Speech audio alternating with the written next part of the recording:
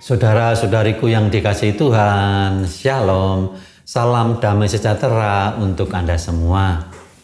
Dan tentu saja selamat bertemu kembali dalam Renungan Harian Katolik. Gereja hari ini mengajak kita untuk merayakan pesta Santo Thomas Rasul. Rasul yang tidak percaya akan kebangkitan Tuhan. Dengan berkata, sebelum aku mencucukkan tanganku ke dalam bekas paku di tangannya, sebelum aku mencucukkan tanganku ke dalam lambungnya, sekali-kali aku tidak akan percaya. Maka Injil yang diberikan kepada kita oleh gereja adalah Injil Yohanes bab 20 ayat 24 sampai dengan 29. Peristiwa ini mengingatkan kita akan peristiwa tentang Thomas yang kemudian setelah mengakui imannya dengan ungkapan, "Ya Tuhanku dan Allahku." Maka ayat emas yang kita renungkan adalah ayat emas, "Ya Tuhanku dan Allahku." Pengakuan iman setelah ia mencucukkan jarinya ke dalam bekas luka di tangan Yesus dan lambung Yesus. Saudara-saudariku yang dikasihi Tuhan, Thomas yang hadir dalam persekutuan para murid, di mana kemudian ketika Thomas ada, Yesus menampakkan diri. Thomas tidak hanya berhenti pada kekaguman kebangkitan Tuhan, tetapi lebih dari itu, setelah ia mencucukkan tangannya di luka Yesus dan lambung Yesus, dia berkata, "Ya Tuhanku dan Allahku." Dan yang lebih penting, Yesus mengajarkan kepada kita, berbahagialah orang yang tidak melihat namun percaya. Thomas sampai pada pengakuan, "Ya Tuhanku dan Allahku." Inilah Nisea. Inilah yang kemudian dipegang teguh oleh Konsili Nisea. Yesus adalah Tuhanku dan Allahku. Bapak Konsili Nisea dengan tegas beriman bahwa Yesus bukan makhluk ciptaan. Dia bukan ciptaan pertama. Dia bukan setengah Allah. Dia sungguh Allah, sungguh manusia. Ia sudah ada sebelum segala abad. Ia adalah Allah yang sejati. Karena itu gereja sangat berhati-hati dalam memilih para pemimpinnya. Sangat berhati-hati dalam memilih para pengajar iman.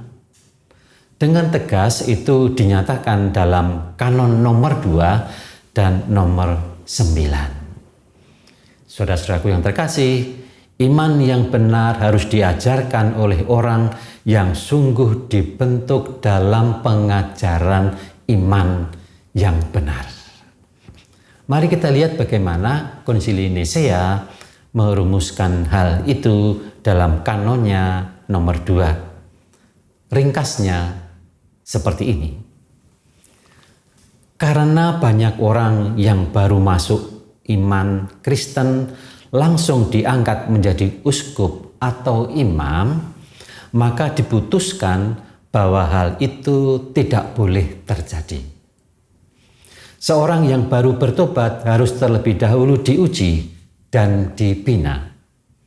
Sebab Rasul berkata bahwa seorang pemimpin gereja janganlah seorang yang baru bertobat, agar jangan menjadi sombong dan jatuh ke dalam hukuman dan cobaan iblis. Saudaraku yang terkasih, maka sangat berhati-hatinya gereja dalam mengangkat para imam dengan pendidikan yang panjang.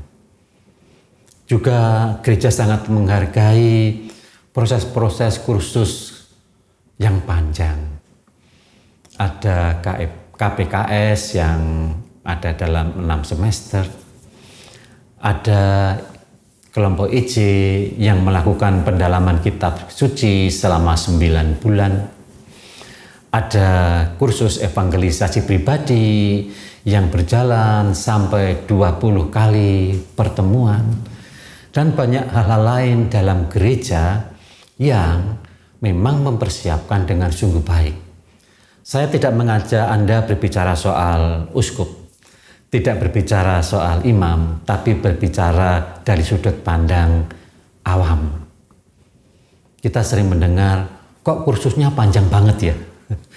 Kok kursusnya kemudian sangat rumit banget ya? Saudara-saudaraku yang dikasihi Tuhan, semuanya itu bukankah untuk menjaga kebenaran iman dan juga tata hidup beriman yang benar pula? Zaman kita ini adalah zaman instan. Jangan sampai kemudian kita terperosok dalam hidup gereja dengan semangat instan. Itu dengan sendirinya akan membawa gereja pada sebuah kehancuran. Mari kita melihat kesungguhan semua apa yang kita lakukan itu memang tidak mudah, tetapi itulah yang menjaga iman dan hidup yang benar. Yang lain dalam kanon 9, kita juga akan melihat tentang mereka yang ditahbiskan tanpa pemeriksaan. Mari kita lihat bagaimana bunyinya. Jika seseorang ditahbiskan menjadi imam tanpa pemeriksaan yang layak dan kemudian diketahui pernah melakukan dosa berat yang membuatnya tidak layak menjadi klerus, maka tahbisannya harus dibatalkan. Sangat keras bukan? Tapi sekali lagi saya tidak mengajak Anda berbicara soal imam, tahbisan, diakon, tapi mengajak Anda untuk melihat hidup Anda sendiri. Ketika Anda mau menikah, Anda masuk dalam yang namanya sakramen perkawinan. Ingat, sakramen. Maka ada sebuah persiapan perkawinan di KAJ ini namanya MRT, membangun rumah tangga. Kemudian ketika mau menikah, Anda masuk dalam proses yang namanya penyelidikan kanonik. Penyelidikan kanonik itu tidak berbicara soal boleh menikah atau tidak. Tetapi penyelidikan kanonik adalah sebuah proses yang diwajibkan oleh kanon gereja supaya klerus itu memberikan bantuan kepada calon pengantin untuk memeriksa bersama-sama adakah halangan dalam pernikahan yang perlu dibantu untuk dibereskan. Adakah sesuatu paham yang salah yang harus diluruskan supaya ketika nanti menikah secara Katolik yang dibangun juga keluarga Katolik. Jangan menikah secara Katolik kemudian yang dibangun adalah iman yang lain. Maka ini seiring dengan pemeriksaan para imam juga. Dan ketika Anda mau menikah, bukankah diumumkan minimal paling tidak 2 kali minimal, wajarnya 3 kali. Dan di akhir pengumuman dinyatakan bagi saudara-saudari yang mengetahui halangan atas pernikahan ini diwajibkan memberitahukan kepada pastor paroki.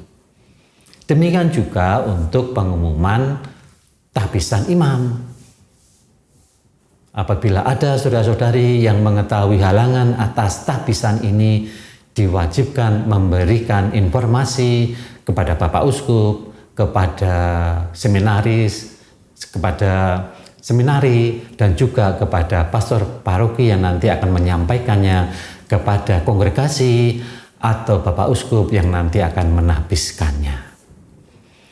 Mari kita melihat keseriusan gereja dalam mempersiapkan hidup Anda sebagai pelayan, hidup saya sebagai pelayan juga. Maka mari kita melihat bagaimana hal itu terjadi dalam hidup kita, dalam refleksi kita. Yang pertama, siapakah Yesus bagi saya? Siapakah Yesus bagi Anda?